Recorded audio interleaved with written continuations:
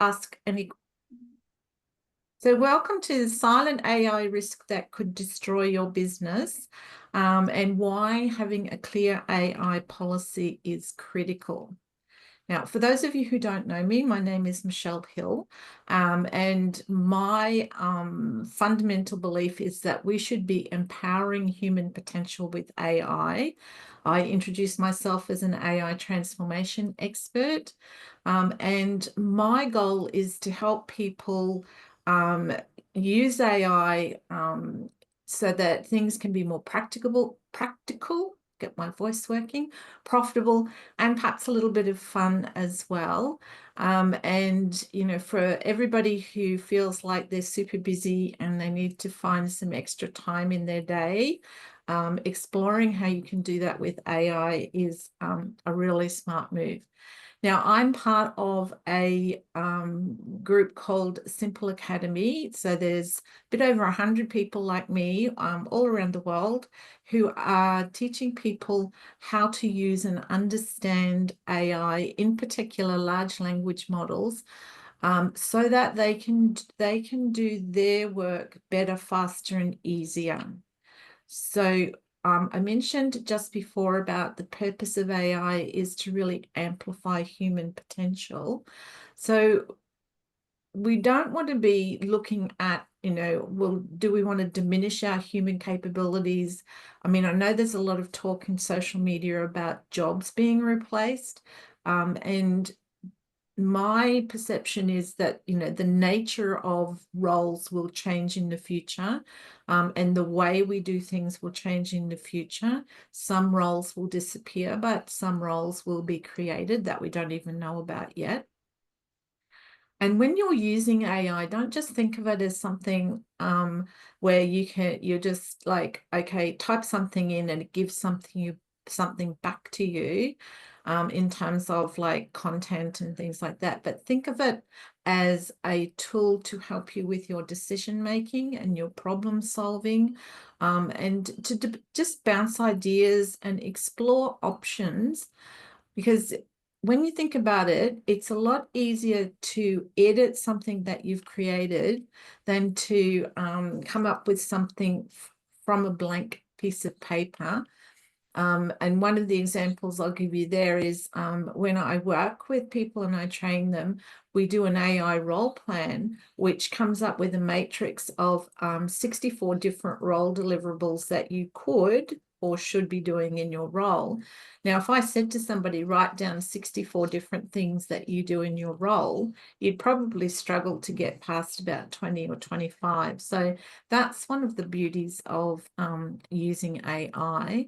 Now, when we look at what's happening in the world, chatbots have been around for a couple of years now, and chatbots are, when you're using 4.0 or the non-reasoning models in your large language model. Reasoning models came out last year, and for ChatGPT, that's the new 0.3 and 0.4 mini. Chatbots are really good for just following instructions. If you run a prompt, it'll do what you tell it to. When you get to reasoning, it does actually start to think about, okay, what do we need here? How could we do this? And what should I suggest? And to actually come up with perhaps things you haven't thought of yet. Agents are still fairly new. There are some agents already released. Most, like in ChatGPT, you have the option to do deep research. So that's an agent that's built into your platform. And then we will move on to innovators, and that's the area where people are starting to get excited about AI being able to find like the cure for cancer, and, you know, like to really start developing different things like that. And then we're going to get to organizational level, and this will be where you'll have businesses or organizations where lots and lots and lots of agents will be running around. And I have heard mention of, you know, million or billion-dollar businesses run by 2 or 3 people and an army of bots. I'm not quite sure exactly what that's going to look like yet, but we will see it when it turns up. In terms of adoption, most people are still in the chatbot stage, and most businesses, particularly large businesses, are still in this stage. So the level of development is down here, but the level of adoption, and when I say adoption, what I mean is that when we see it as something that's in common use in a business, we can say, okay, we're truly in that stage. And then when we look at, now we've estimated from start to go, it could be a 10-year journey.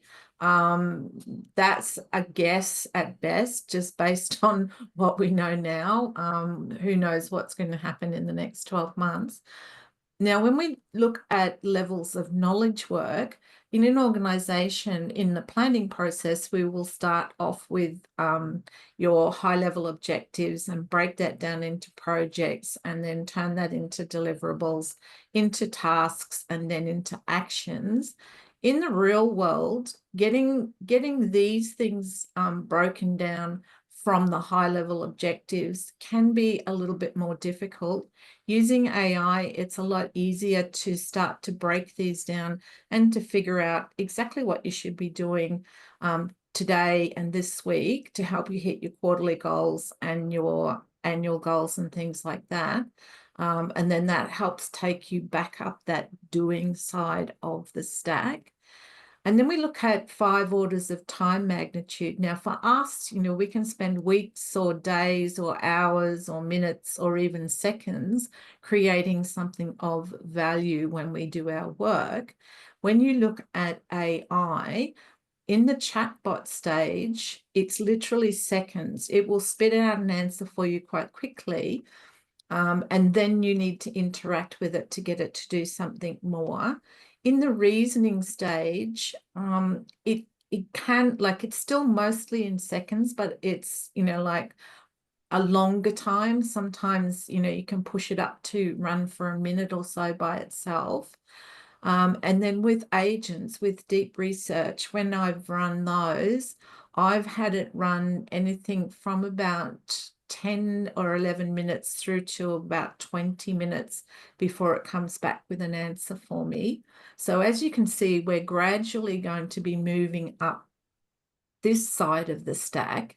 And as agents develop and get better, they will then run for hours doing things for you. And then eventually you'll have agents and bots running for days or even weeks, or a collection of them working for weeks with supervision. So I hope that doesn't sound like too much of a woohoo sci-fi explanation for people, but that is kind of where we're going. Now, in the work that I do, I train people how to use large language models, and we work through a series of training modules where we start at the base, and each one builds on the other for creating different things like SOPs and solving problems and building GPTs and looking at what might happen in the future.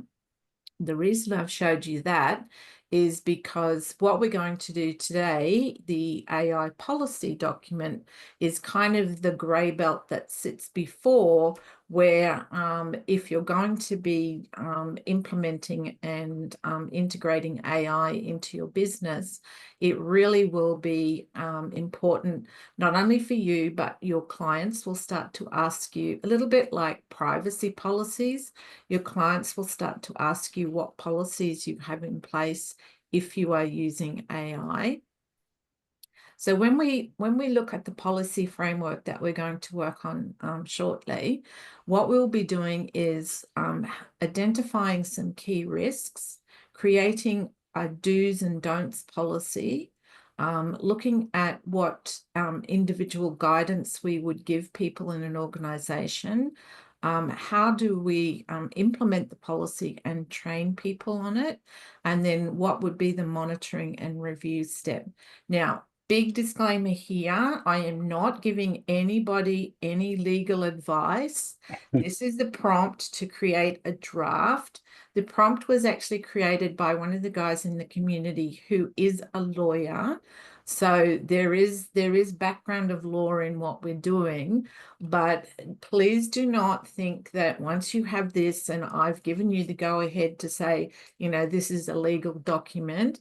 Once you create it, I would strongly suggest that you have this reviewed by your normal legal guy. Now, why would we have an AI policy? Well, this is around having that protection and the guide rails. So it's protecting your organization and mitigating those legal and operational and ethical risks that you could take. But also it can accelerate your AI adoption, particularly if you have a team, because when you create clear boundaries around what they're allowed to do and what they're not allowed to do, then they become more confident in using the tool. Now I'm just watching the time to make sure I don't speak for too long so that we can get to the work. The only other thing I was quickly going to say is that one of the things that we need to be mindful of is the psychological safety of people in the workplace, and also for yourself as well. But by doing by at least doing a draft of an AI policy and thinking about it, you're actually helping to reduce some of the uncertainty and help to build some trust, and to also, as I said, give employees or team members the confidence that they can explore AI. And if you're a solopreneur, it's showing your clients that you are mindful of all of these things, and also protecting them, I guess, in a way too, because I did a quick walkthrough today. I usually do this before a workshop in case ChatGPT is not working when I go to present. But I just quickly did it based on my business, and a lot of my policy is then around how I interact with clients and what they do and what they have. So that's something to think about as well. So without further ado, please make sure you have your ChatGPT or your large language model ready. I am going to walk you through. This is the prompt that we will be doing. So this is the learn component of the workshop.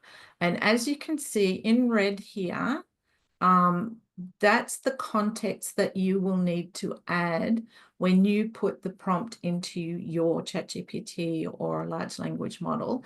So it's simply to create some context. Now, because the memory function changed a couple of weeks ago, where ChatGPT now remembers across chats, and also if you've been using your platform for quite some time and it knows a lot about you, if you forget to put that in, usually it knows enough about you that it can actually give you a decent response. But what I'm going to do first is I'll just show you when we go over to ChatGPT, and I'm just going to start a new chat and pop that prompt in. I'll give you the prompt document in 2 secs. So essentially what you will get out, and I'm not going to worry about filling out my details, you'll get a short essay, which we will spend 3 or 4 minutes reading through, just to talk to you about why you should have a comprehensive AI policy and what are the things that you should be putting in your AI policy. So as you can see, it's writing the metaphor for me around constructing a fortress. So the whole essay will be around constructing a fortress. Now, just bear with me for a moment, and I will grab that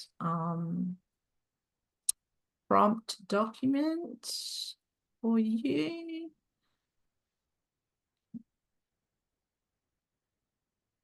So I probably should do this as a Google Doc, and then you won't be able to see all the stuff that I've got on my computer. Oh, I don't have anything to hide, so there you go. All right, now in the chat, there's a Word document for you. What I would like you to do is just grab the first prompt. It starts with, give me a 1,000-word summary, and then it finishes with, do not reference Richard Feynman by name, but emulate a style of teaching that involves clear step-by-step explanations and accessible metaphors that make complex ideas easy to understand.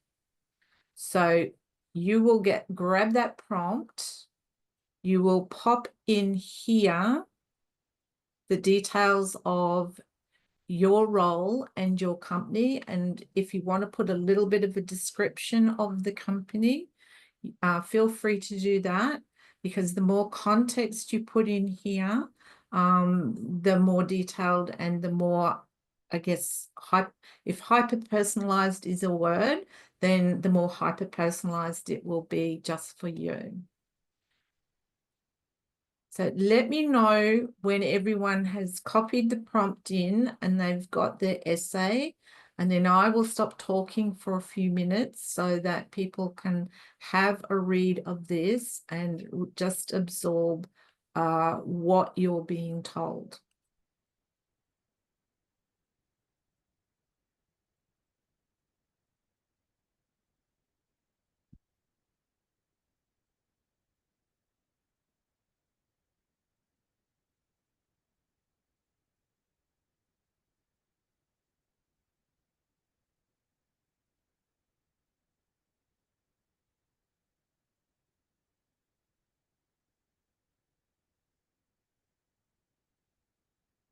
Hi, you okay, Dan? Yeah. Oh, sorry.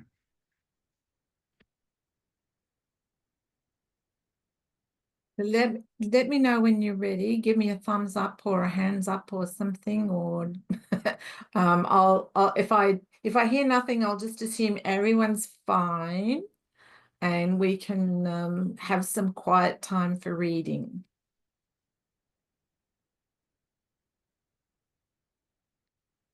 I will pause the recording here for those who are resuming the recording now for those people watching the replay. And what you've just missed out on was me saying we are now going to run the second prompt. The second prompt is designed to walk you through this process and gather information and context from you along the way, so it can provide a draft policy for you at the end. So we're going to walk through step 1, which is identifying and mitigating the key AI risks. Step 2 is developing a practical do's and don'ts policy. Step 3 is role-based guidance. And then step 4 is communication and training. Step 5 is monitoring and review. And then step 6 is consolidate the AI policy. So what you will see is when it runs first, this is step 1. So it will print out, like it will come up with all of these things in the subset. And please don't freak out when it looks like, oh my God, there's so much information there that I have to put in. What I wanted to show you is that I didn't put a lot of detail in, and where I wasn't sure, I just said things like cover all the cases that are relevant to the normal functional areas of a business. And when it asked me about regulations, I simply said, my clients are global, so you will need to advise the relevant regulations. And that I had only identified a couple of things. So you can go as detailed or as, I'm not going to say light on, but if a lot of these you're not sure of or you haven't thought about them, but you still would like something back, you can ask ChatGPT to recommend or do what would be normal for this type of organization, etc. So this is what it will do. So I've given it that little bit of context, and then it's come up with identifying the key areas of risk for me and the regulations and the oversight recommendation. And then it's come up with step 2, your practical do's and don'ts.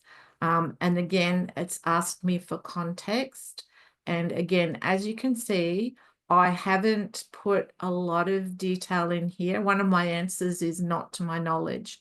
So just keep that in mind when you're working your way through.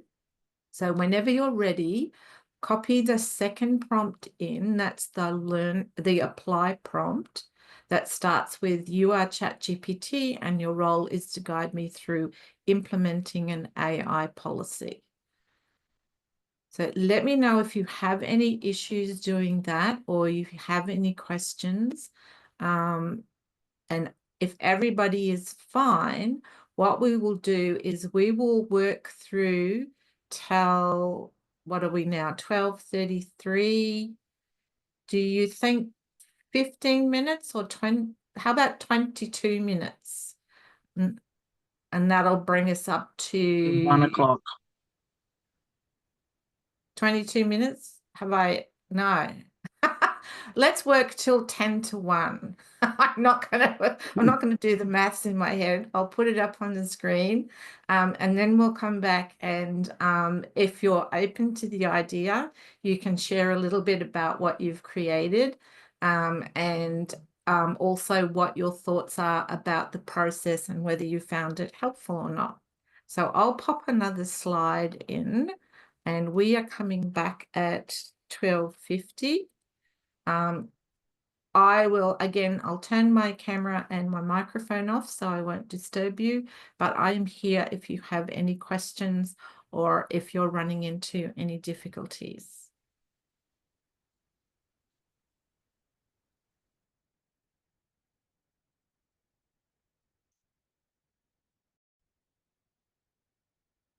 Okay, everybody, how did we go?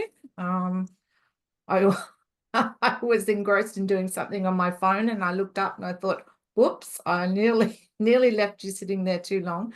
Now, what we talked about and what I showed you through was like articulating what some of the best practices are for an AI policy, helping you to create that policy around your framework and your context, and also to have in there the concepts of a training and a monitoring plan.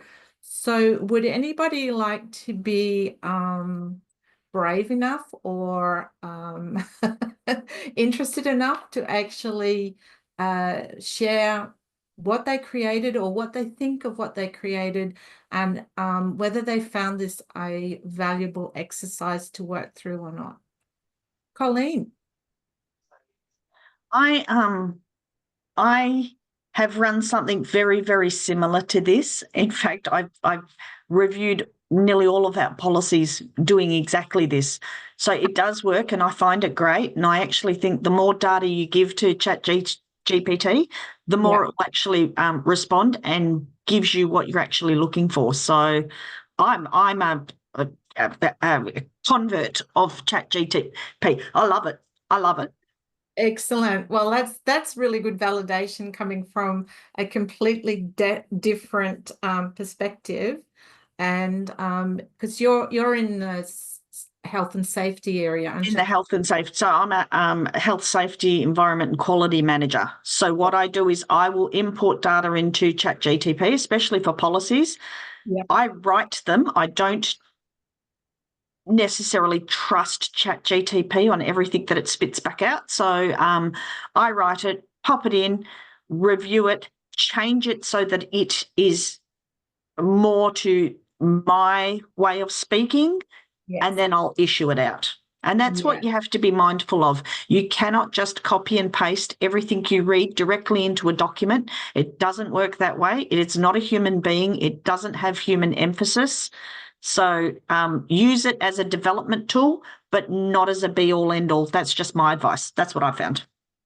I'm smiling at everything you said because that's exactly what I preach. It is there to help us, but please remember that, yeah, every now and again it does have some really alarming hallucinations. And if you leave your M dashes in and you're creating social media content, everyone on LinkedIn is going to shoot you. And can I just add, can people stop creating those action figures in ChatGPT now? They're driving me nuts. I haven't seen any for a few days, so hopefully that's died down. Now, would anybody else like to share their thoughts? Yeah, I really appreciated the last time I attended this session, Michelle, and the process, and I've used that since. Again, I'm at the last sub step here, but it's obviously going through it's giving me good responses, even though the information that I'm feeding it is not as detailed as I will when I go back. I'll go and do this again, but with more detail so that it actually gets into the granular. Yeah. One of the things I didn't come up with this, but it's a hack that someone gave me, is that AI can be sycophantic, if that's a word. Lately it has been very, very sycophantic, and so everything you put in is like, what an amazing idea. So the prompt is, don't be a sycophant, and don't try and, so you're actually having the conversation with the model. Yes. Don't be a sycophant. And because I do a lot of the stuff that I do, or the articles that I write, I like them to be based on factual information. When I'm asking it to do research, I'm actually asking it to look for peer-reviewed documentation or documents that are statutory based and exclude any marketing information that is produced on the internet. And what I get then is, information from ABS, information from universities, etc., and not from, Steve Sandor's Inspiring Business blog on something, right? So yeah, I found that those are helpful. Can I ask you a question? Are you using deep research when you're doing your research? Yeah. I'm playing around with it. I've got Chat LLM, which is the Abacus AI, and it's got GPT. It's got all the GPTs. It's got Claude. It's got Perplexity. It's got Gemini Pro 2.5, and I also use them outside of that third party. But yeah, deep research. There's another one. Google Scholar is another one. There's each of the platforms has its own version of deep research, which is, as I mentioned before, it's kind of like the initial agent type product that they've put into the platforms. Yeah, so, but now, sorry, I was just gonna I interrupted you. Please, what were you going to say, Steve? No, I was just saying that similar to what Colleen was doing, I've got some core documents that I've written, and I've rewritten those using some help with Claude and with GPT, but it's got my tone to it. But I've also got nearly 400 articles, documents, blogs, LinkedIn posts, and what I've done is I've added that into source documents, and I've said, analyze those documents and tell me if I've missed anything. Here's the core documents, and analyze all of this other stuff and tell me if I've missed anything that I need to include, because I've just been repeating a whole bunch of things. So that's been a fantastic exercise. It's been great. Excellent. Anybody else before we wrap up? I'm not looking at you at all, Anna.